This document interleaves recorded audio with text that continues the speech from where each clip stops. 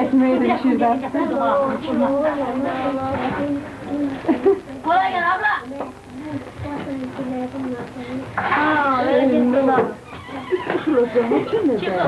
Fasulye nerede olmuş?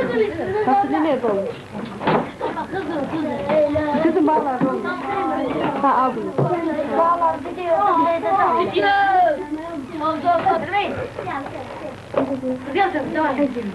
Abi ara sıra söylesene bak, söyle. Ne bilirsin söyle. Söyle. Anası sev, Abdülkadir sev, eniştem, bacım, yegeni, torunum de. Ben bilmiyorum ki. Nerede, Oğuz nerede?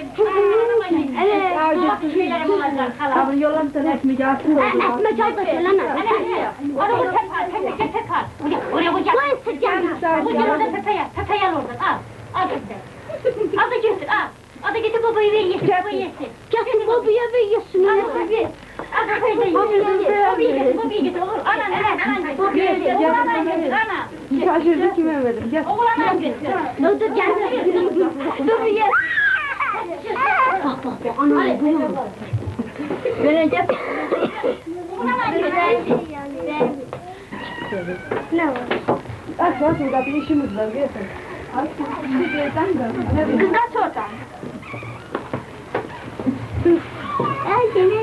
Ne var?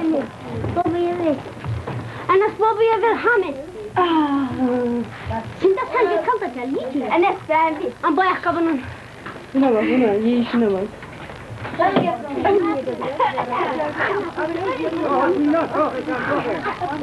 Anne